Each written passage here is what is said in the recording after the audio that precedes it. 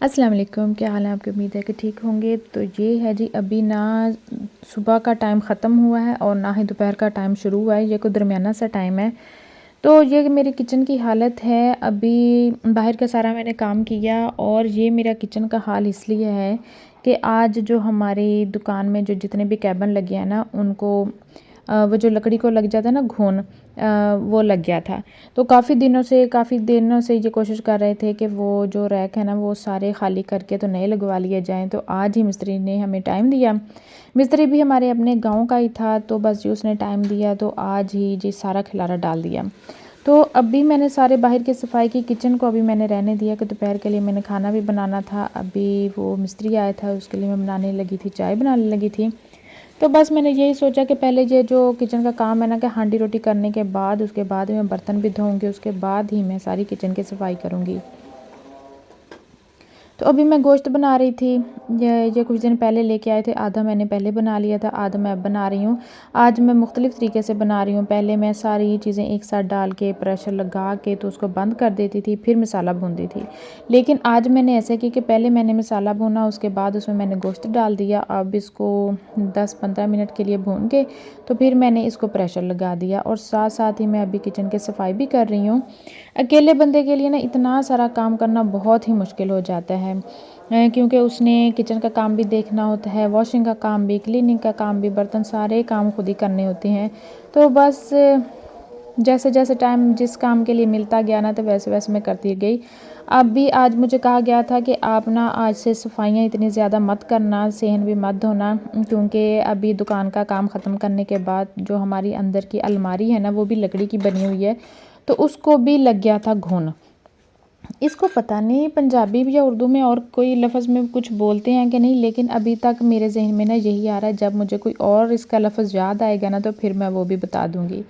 तो ये किचन कह रही हूँ, जो हमारी शॉप है ना, तो यहाँ पर दीवारों पे अभी हो रहा था चूना। ये सारे रैक निकाल दिए गए थे बाहर और इनकी जो बैक साइड है ना, इस पे घुन लग गया था।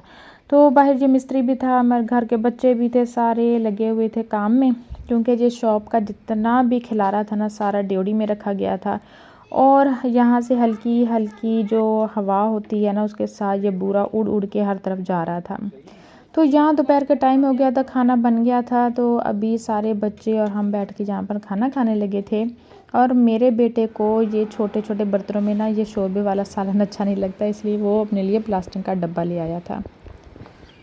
वहाँ पर दिन ख़त्म हो गया, तो ये जी अगला दिन चढ़ गया और अगले दिन ने मेरी ऐसा को मीटर घुमाया ना, ऐसा को मीटर मेरा घुमाया कि मैं जो सुबह को लगी थी कामों पे और तकरीबन रात के 10 बज गए थे, मुझे फुर्सत ही नहीं मिल रही थी काम से। इतने ज़्यादा कपड़े जमा हो गए, साथ में जो खेस लेते हैं हम ऊपर, वो भी धोने वाले थे।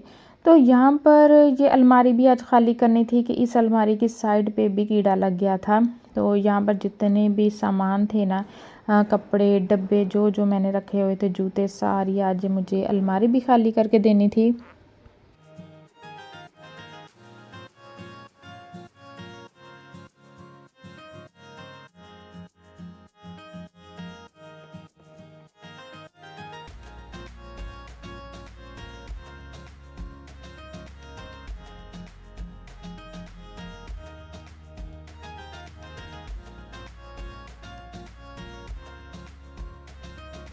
अभी मैं यहाँ से सारी चीज़ें दोबारा चेक कर रही थी, कोई रह तो नहीं गई, तो मैंने इसमें फ़िनाइल की गोलियाँ भी डाली थी। पहले यही कह रहे थे कि इसकी स्मेल से ना कोई कीड़ा कुछ भी नहीं लगता, सेंक बोलते हैं शायद, हाँ मुझे अब याद आ रहा है, सेंक बोलते हैं पंजाबी में।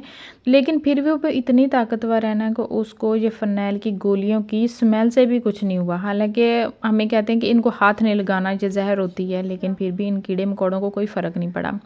तो ये बहुत ऊंचा कैबिन है, इसमें मैं कुछ भी नहीं रखती। ऊपर जाने के लिए या तो सीढ़ी थी या फिर ऊंचा सारा मेज़ चाहिए, तो मैं फिर ऐसा स्यापा करती नहीं हूँ कि मुझे ये चीज़ें अंदर लानी पड़ें। तो मैं सामने सामने वाले जितने कैबिन है ना, उन्हीं में चीज़ें रख लेती हूँ। तो यहाँ पर लग गई थी जी, मेरा धोबी घाट भी खुल गया था और साथ में आज मैंने लगा ली थी ड्रायर मशीन। कपड़े मेरे ज़्यादा थे, खेस भी थे, सरानों के कवर भी थे, तो बस जी तारें 2 थीं और ऊपर जाने का जो मुझसे जो बार-बार स्यापा ना कि पौड़ी चढ़ के ऊपर जाओ और पर्दों पे कपड़े डालो, तो मैंने ड्रायर मशीनें लगा ली। तो साथ कपड़े भी धुलते गए, सूखते भी गए और तारें भी जल्दी खाली होती गईं, बाकी कपड़े भी डालती गई। तो कुछ कपड़े मैंने तारों पे डाले थे, कुछ मैंने दीवारों पे डाले थे, कुछ चारपाई पे डाले थे। बस ऐसा करके ना सारे कपड़े मैंने धो लिए और माशाअल्लाह जल्दी खुश्क भी हो गए। और मेरे बच्चे कह रहे थे आज मम्मा आपने गलती कर दी, इतना सारा काम और ऊपर से आपने मशीन लगा ली। तो अब मैं सोच रही हूँ कि नहीं, मैंने बहुत ही अच्छा किया कि दूसरे दिन जिस दिन मैं वॉइस ओवर कर रही हूँ ना, इतना ज़्यादा मेरा काम था, सारा सेन मेरा धोने वाला था। तो अगर आज मैं मशीन भी लगा लेती और आज ही मुझे सेन भी धोना होता ना, तो मेरे लिए बहुत ही मुश्किल हो जाना था। तो अभी हमारा मिस्त्री चला गया अंदर अलमारी को सही करने के लिए। तो मेरे पास कोई जगह नहीं थी बैठने को, मुझे समझ नहीं आ रहा था मैं जाऊँ कहाँ। तो ये सामने वाला एक कमरा है ना, तो इसमें भी हमारे शॉप के ही कुछ चीज़ें होती हैं, तो वहीं पर थोड़ी सी जगह खाली थी। मैंने चारपाई डाली, पंखा चलाया, थोड़ी देर के लिए लेट गई। लेकिन इन बच्चों के शोर ने ना मुझे सोने नहीं दिया। तो अभी ये सारे कैबिन उठा के उन लोगों ने शॉप में रख दिए थे। तो फिर सारे बच्चे भी आ गए। इन बच्चों को ना, ये मेरे भांजे हैं छोटे वाले ना, इनको बहुत शौक आता है छोटे छोटे काम करने का। तो बस जी मेरे बच्चों ने खुद भी काम कर लिया और ये भांजे भी आ गए। तो इनकी वजह से ना बहुत सारा काम बहुत जल्दी जल्दी हो गया। जितने छोटे बच्चे हो ना, तो उतनी जल्दी शुगल मेला लग जाता है और बहुत जल्दी जल्दी काम ख़त्म होता है। तो यहाँ पर सारे बच्चों ने मिलकर ना तकरीबन एक आधे घंटे में सारा शॉप का जो जितना भी सामान था ना शॉप में पहुँचा दिया।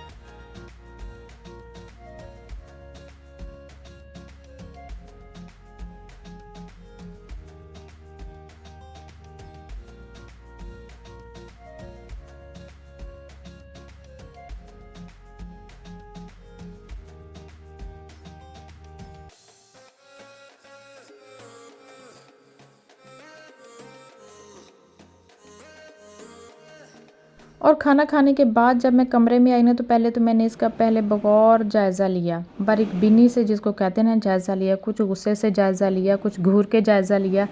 बस बच्चों ने और जितने भी हमारे मर्द हज़रात हैं ना, जितना उनका काम था वो तो किया और उसके बाद उन्होंने कमरे का रुख ही नहीं किया कि हम भी कुछ इसका हाथ बटा दें। हम बेटे मेरे कह रहे थे हम आपके साथ करवाएंगे, लेकिन लड़कों को बिल्कुल भी शौक़ नहीं होता ना इन छोटे छोटे कामों का। झाड़ू उठा लें या सफाई कर लें या पोछा लगा लें, उनको मतलब ही नहीं था इन कामों का। बस उन्होंने मुझे कहते हैं ना वो हलाशेरी दीदी, चले मम्मा हम आपके साथ काम करवाएंगे। मैं भी थोड़ी सी फूल गई कि चलें जी मेरे बेटे मेरे साथ काम करवाएंगे। लेकिन बेटों ने मेरा साथ इतना दिया कि जब तक मैं कमरे में काम करती रही, सफाई झाड़ पूंछ करती ना, बेटे मेरे साथ ही बैठे रहे। बस इसी से मुझे हौसला होता रहा कि चले मैं अकेली नहीं जाग रही, मेरे बेटे भी मेरे साथ हैं, भले फ़ोन पे लगे रहे वो।